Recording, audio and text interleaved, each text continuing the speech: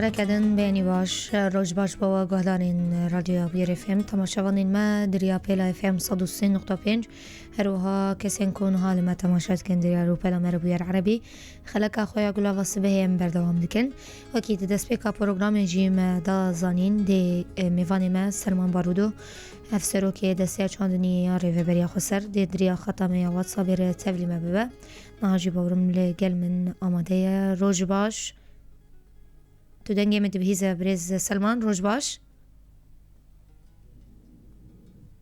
روج باش سپاس جواره و گهدار نواره از بنگ هنکی ضعیفه چاوا اینها باشه؟ باشه دست بکی برز سلمان هون جمره بحثا مکانیزمه ورگرتنا گنمو جه بکن نرخاندنا و چیه؟ نرخی گنمو جه دست بکی مکانیزمه ورگرتنا جه و گنم مناسب بکن چاوایه و نرخاندنا وجبو وی که چیه؟ بله شخوا دست بکی نابندن بکرن و نابند ما گنم بون شغله جهاد بیست و دن نابنده سرانسری با پروژات سوریه اب نابنداناجی گش ما براستی دوکما استلام بکن مولد پروژه مده بو آناجی دست بیکرنه دوکما استلام دکن مرکزی کمتن البیری هی او بچوالا استلام دکن يقول حمد بريدن جه بيستو حفتي مهمة قلت جنم بيستو حفتي مهمة ما استلام ذكر إلا جزيرة ثانية يكي ما شاشانة دس بيكر باستلامه وينا وشخويا نرخي ويجي هاتبو دانين سي صدو باز ليري سوري و تراخوكم وشخويا جه جي ما كر صدو بينجي تدي جهد جبينا أول ده ما جه الجوردا خوازا يكتيا جود كارا والجوردا خوازا بهات نجده بدريا وجبينا جوتشي براستي خصن إنه صدو بينجي وبحرب يعني جه تجار بكرن ودريفة بجمرة أم جهان براستي بو جهم جهان بديارة هاني فيشتي دمك شغلي حفتيكي مدي غازن شيبون قلت تجار راستي ما استغلال دكن نما بصدو بينجي ذكرن جهة بحفتي بحشتي ذكرن براستي قالك غازن هاتن جمرة ملم ديسا كيما جيفين تشيكر ما جبر عرضك ذهب و صدو بينجي وسرانسري ببروجلات السورية جه بكرين براستي ما كر صدو بينجي وجه تف بكرين وبينج نافند ما ذكرن دو الجزيرة وياك الديرة وياك الطبقة وياك شيء ياك الرقة وياك الكوباني بينج ما ذكرن او نابندي مي جهجي ما قلت حفتي معي برا دسبي بكن وانا دسبي ديكن ستينن بوي نرخي جنم براستي نرخي جنم اختي ما حسيب ديكر لقور تكليفي ما حسيب ديكر لي براستي تشتن داكتن ميداني وك بيتر داكتنا ليرا سوري همبري دولار حمى معبر هاتن قرتين جبر نخوشيا كورونا قالك نشاطات مي ابوري هاتن براستي هاتن سكناندن يعني ودفردجي تشتكي طبيعيه اسعاري هر تشتي كلوبل براستي بهابون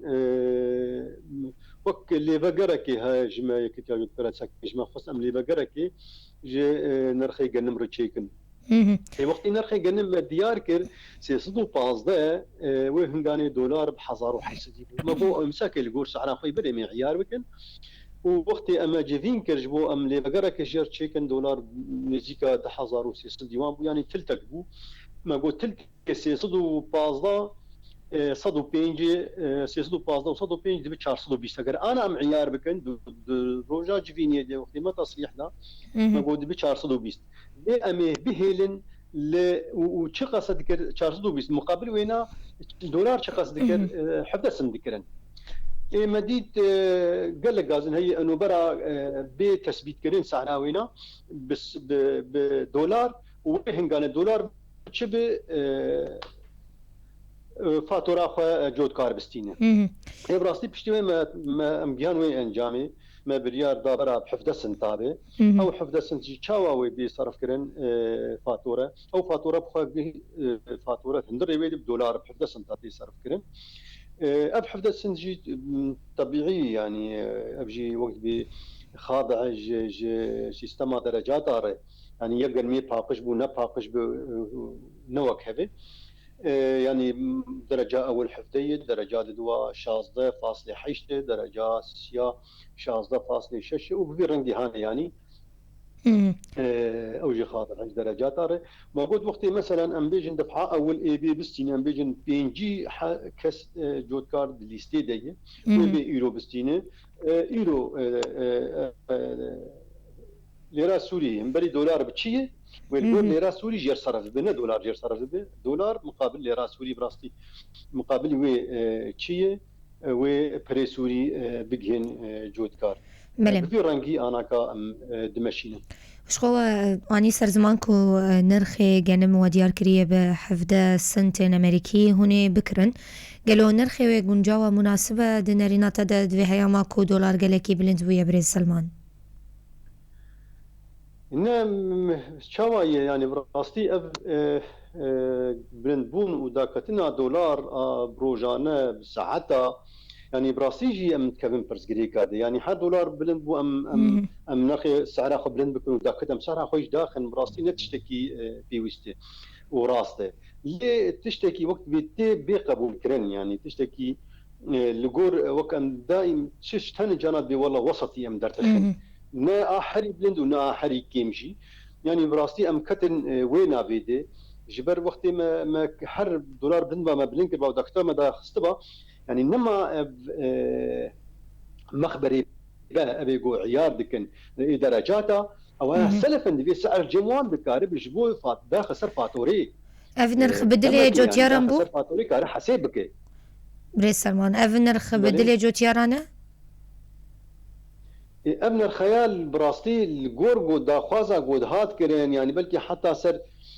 بريجو ام بكن حفظ سنجي سر نفسان دني فيسبوك داخوازي وان لقاءات انه برا بدولار به ام جهام راسي في اتفقين سر في سعرها هاني حفظ سنتا وسعرها قنم بحفظ سنتا ملم نرخي جهوي بيكو هرتن قالوا قر دولار وهما نرخي جه براستي ما نرخي جه وقت ام شاوا وقت بوسيط ام جبو مديد جودكاري ما خلكي ما مزارعي ما كتنا بس التجاره ده واستغلال كرن ام بون وسيط نقبه وقت شركتك وجودكاري خدي ما اتفاق بوان ركب اتفاق وان جيب مره انه ازي قشي بكرم وقت بيجي تاليجي عقد شريعه المتعاقدين يعني وشاكي حولدان مهنه يعني جو ام دخوازن هنكي كارب نزيده بكن ابجي اگر بور امكانيات حابه محاوله بكن وهنكي زيده ببي تاليجي مثلا اتفاق وسعر وعقد براسي كرم أخرى بريس سلمان هند بيرا جوتياران ده ببير بينن شرطو مرجين كو ديار كرناج باور قرتنا برهمان كونها شخوا أو جوتيار جو الماء قهدارو تماشات كن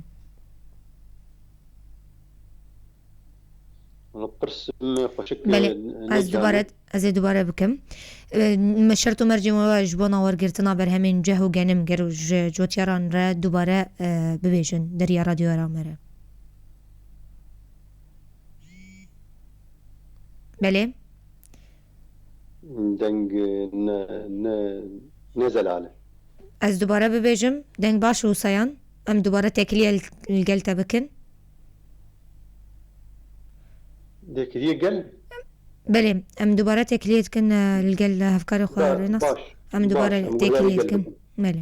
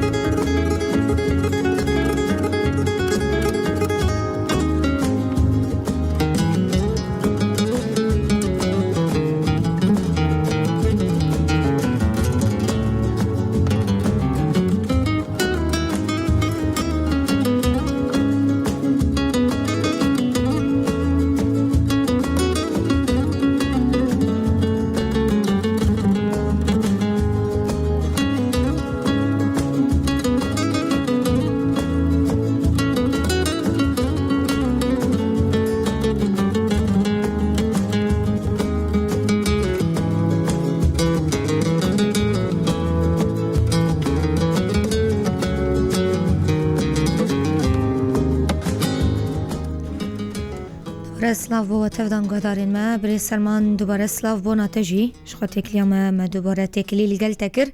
از دوباره برسا خوا جتدكم هاگر تجمرة ديار بك ورقرتنا برهمين جهو جنم هو تشمر جو شرط جبونا جوتياران ديار كريا بله راكبين جمع يعني وقت اجراءات هنا براستي دسبيك در كاغاز يقدك منشا مجرد منشا مديريات مي زراعه لجنه مي زراعه او ياك وحداك ارشادي نيزي كويبه او منشا تجار ديفيجن تشدخن هندريويد مثلا حملي وينا تشقسيه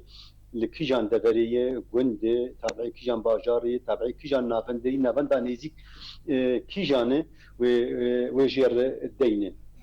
وديفيج مثلا قد عرض به يعني او عرض ويهبه جود كاربه جبو حواجز جي درباس كنوين براسي واف كاغذا منشا بيرتنبه حواجز جي بيسكني جبر تعليمات شونش حواجز ارجي وقت جاك درباس دبد كاغات تقطيني درش خور مكتب الدور سياره قدك السياره بحمله قه بشانطونن در بري خد مركزي مركزي ده قبان هي دوزنين جدس تيغرتن شو دوك ما يفالات كن عمباري افجي د جم خبير دم خبر هني دم خبر مجرد مخبر سري وي مستراوينا دكن دقسم براسي حد مخبر افقس مستراوي لحد مخبرات بينه او مصراوينا مخبر تحليل دكه يعني ابقى قج شقصي درجاوينا لغوربنا تيدانين وكغزاوينا ددني الوزناوي شقصي درجاوي شي در حتى جدوراوي قرابي وبي بريقدسي بري سلمان وديار كربوكو كم يك سينور دار كري كم يك محدود هنا جهو جنم بكرن تجهرتن كتيا في كديانا ناش خو جهه ام قشي تكرن ما كنتي جاي هي مذكرن لي جنم تشاوا مادا كبوزان يعني بيدفيه ما لازم دجيانا خلكي مد جبوي طوبي صالين بي جبوي عبد يعني براسي استغناء جينا جبر فينا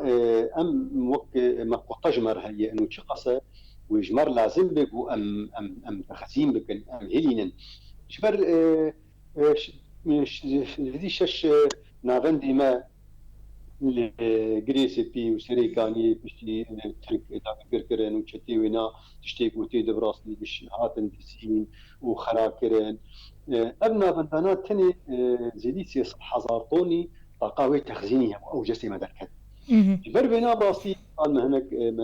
تعداني داني ما باش مصروف داني مركز بنحمة شيكرين مركز مصلحان دين جبوه مكاربن بطاقة تخزيني اقوم به الانصالي تير مكاربن دوان دي بخزينين بيقو بشكلكي وبيقو خراب بنيا ابنك ستين معرض جمناخ براسي جبر فينا بيدفيه ما بينصد إيماني بينصد حزارون دبي ناقصتي هذا أبايا وقت خطامي نجو أمي خلكي خبرين يا أم ناكرن يا أمي بي والله بس ما تكرن نبي رنجي بله چقدر خسار چه بو جوان شوات انسادان برای سلمان لهرما ما جبات تعویز کردن جوتیاران چه بریارین وحنا براستی خسارة گوچه بو میتر نآلی چتاده بو بیگو داگر کربن وقت سلیکانیه وقت گریسفی و گندواری کوبانی جی باش خاتن کرن و عین عیسا جی براستی هما سلیکانیه تنی لای نزیکا 40,000 دونم بوهاتي شوطان يعني حتى تيمي اگر كوشيش هو قصد هرن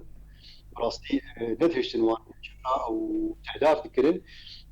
نقاري بكانا ويدريكو وفامرينن وش هو وديد جي جوتكاري كسكي ما الور شهيد جي كت ناب اگرده وديد جي درونا اخيده او جودكار محي الدين جوتي ذكر بلا حد ذكر عرضي قا شغل بين صدمه دون سر سينور بو نزكي سينور بو هذا قول باركرن جي باركرن جي حارسي براستي حدود وجيانا خو جداس دا او براسي فرز جريك او ما ورد ديتن ونحشتن جودكار يمشي هرن سر قال لك جي نويلي بوچوانا سر زفيه خو بالaya خبكن جبر هن جي وقت شتا او ديتن انه مطلوبن او يا دقرتن رهينه فرجوان ستاندن وبالتالي وام خوش دراسه انين باتوس انين وان هرمي قدتنا بس وان دي و خلقي مجي جوتاري مجد ودك ديهان ما وسري صديق بازداج وك حاصلي وقت جباي جي سر ما فرض كان انه ام بدنوان او تعدارا ما ظن براسي ورد ابو لي دبر نديجي براسي شي وهابون دراسه هابون جماسي كهرباء هابون يعني افجي براسي الدبر ما تشي لي كاري بو ماجير كربو ايصال براسي كاركي فر جرينج بو ماجير كرما حساب بريد بري موسم ج بيت ما بارش خوش شواطا بار فرينا جو دستابو متعلبو وآدن مزرعة بار جديد بشتي براستي جريه سركجي وك بونجي شغاره وك شراري اجر ما اجر جي سياره جبر فيجي دسبيكي دبر ما حمي ريه خوي سركه بلال ري او لجاني مي درمانا هبن قايد درمان كرن جبو بيكوشتن او كاي غريب ولوجي ان كما هبن او جي ذكر ان هري مار صحيح هبن ما دينامو سرسواك صحيح قصد دي كروستي تان ما زيدي الحصاد هزي مي عسكري بأساي شاب بسدي بلاكون سرية جي خدي دراسات راسي شروط هاد دانين وقت طيب ماربن سرفاز كيلو رسالي جمال تركتور بآلتك جبو جوت بكرن أبقى تشتهاتك تيم هاتن أبا كرن فرقي طوارئ يعني الحمد باجارة الحمد دبرا تليفوني وان هاداني سراج هادني جها ملت بانغا مجملت رجي هون آلي كارن بان تيمي مر فقرن قندي خو في فترة هاني حراسة خو نوبتا زبيه خو بكن أف تمام راستي أبايا مديد أنجام المباش دركات ومكاربه النهل آجر زيد لكوتشي دبو براسي زو تيمي ما بيبديان كاريبو بطبينه تعويز كرنا جوتيارا ويتشاو بريز سلمان قالوني وتعويز بكنيان حتى انها براسي وقت بيجي هي موسم لداره يعني هي تبريار دفي مجاري التنية اللي وقت بيجي فرقي ما تيمي طوارئ لجان هن جزيرة هن ج بلديان ج السايشن ج مجالسي مي باجاران دبران ج كومينان او جي تشي شواب لكوتشي دي بجمار احصاء يمكن وجمر براستي ريدك ام بين سربابتا داوي شانيا عن خلية اقتصادي لوزيان وتشاودا مزران دي جبو بابتا ابوري حطانها خباتين وچنه راستي بشتي ما وقت بسبيكي جي ما قود نخوشيا قوتشيب وشوى وقت هريما ما ام شركي دركت مشاركي عشير او شوي عشير تشتي يعني وقت الدنيا تحت إشهاد تمراندن وبيتها زراعات عشر هاي يعني يقول إمكانيات مكاريب واشتغل أبوري كرداي هاتن آباد من براستي اللي التكنولوجيا اشتغلنا بيجي يمكن سامي يفهم سكنين هذه تركان ناقر كركرين ريمي أو جتاع كركرين ياخذ يمي مطار يقول فرصة شبر عمل كي مصنع كي تشيكن او جي مطرسي جمعان شيبو براستي وكن استقرار انه هي ام براستي مكتنمي الوز جهاني بسردجي كورونا هات ونخوشي ومعبر هات انقرتن والدنيا وعالم فتح حجرة صحية وتشونو هاتن قد خبروا هاني تأثير خوي رمضان براستي سلا ابو اليامك جبر ريجي مدي بيوستي وام شارك تشيكن عجبوني ابوني روش ابوني شوفينه عشان جهاد مزراندن جبيني تشيبون دوان جبين ما بتشتن براسي في وسط اللي وكم شيء هي كان اكتفاء ذاتي ام دستي بكم جمع شاريا دستي كده امكارنان افناني ما وروج بروج اي شيء فرني قشتي شيء خاص براسي هنا كسر كيف اخذ ونخش بنا وينا بترناني ما يقشتي اما يتكاربن بهلنان خوش به رونشتن به خذ يفرنار شي بو وقت ديرات خاطي انا ما خستي جحمه هريمي ما تشيك بقدم من جوار ميكارن حفاظي سربكن وثاني خوش بكن براسينا نماتي بتري فرناقشتي وتكزان النماتي بشارة الناي قارن ام خوازن سربينا تايبت بالسكنهم ورقابات تمويني شي براسي تمويني شي خرد وقتي ام دعمي بدن ام كارن جات تمويني شي مراقبه بكن وكسي وقت شروطي ملكه مخالفه نظرت امي ارت امي خميري بدي امي محروقات بدي سبت كيف يا بفروش بها كان شيء تمويج دراسه دوراوينا في هذا والي تجي براسي وقت الدولار اوجي تشالي هي غالبا هيك حفاظي سربك يعني ام جيده ام وقت بيجي توازنك تقنيه من هي نزيده بكن بروجي سركان براسلي انا كام سربان شغلا وام بان ريدر يار بسيمي بوسبور ام دانو صندني كن ولبسولو تاني تشتي اساسي بدي اساسي شكل بچاي بالزيت بالروم ابانا امكاربن بينن وبسعرات تكلفه صلاه لكن انا سربيجي راسي ابجي يك مجاري مي بو سرب الشغل شانه و دل سرانسری باکور و روجلات سوریه هرمین باکور و روجلات سوریه کاری خواب که هروها بشه دنج پرسه زحمتین کو و بین پیشیا شانه و یا آلوزیان ده ویگلمشه کو دلار بهابویه چیه جخوي زحمتي پیش جبر روشکی براستی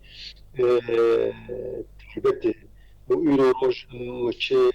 ترك وچه حتى رجيم جي تقدين بس برنا دولار كريه يعني بالحضاري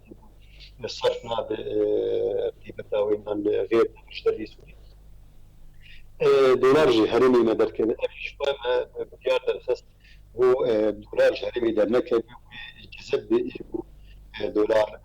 درخه جو راستی وقت موجود تیما بوشی که همه آنها شوفینه و چه امکانات نابستمده امی بکن و بیتر ترکیز کنن قصد معبرات کوچر بیش تحالفات دولی الجمهور المتحده و في معبره هاني جمار فك و بیتر و نفسك براستی جمار وقت با پروژه سوری برای سلمان بارودو افسرو که دسته چاندنی وابری یا باکور و روجلات سوریه سپاس کو تتبلی مبو بميند ناف خير وخوشيده سپاس جورج قدارو شوپینرین ما مناوره که لجم کنترل رادوستن لکورتنوچیان بزمان عربی قدارو تماشت کن پشتر ودگرن خلق آخوا یا گولا واسه به برتوام تکن لبندی مبین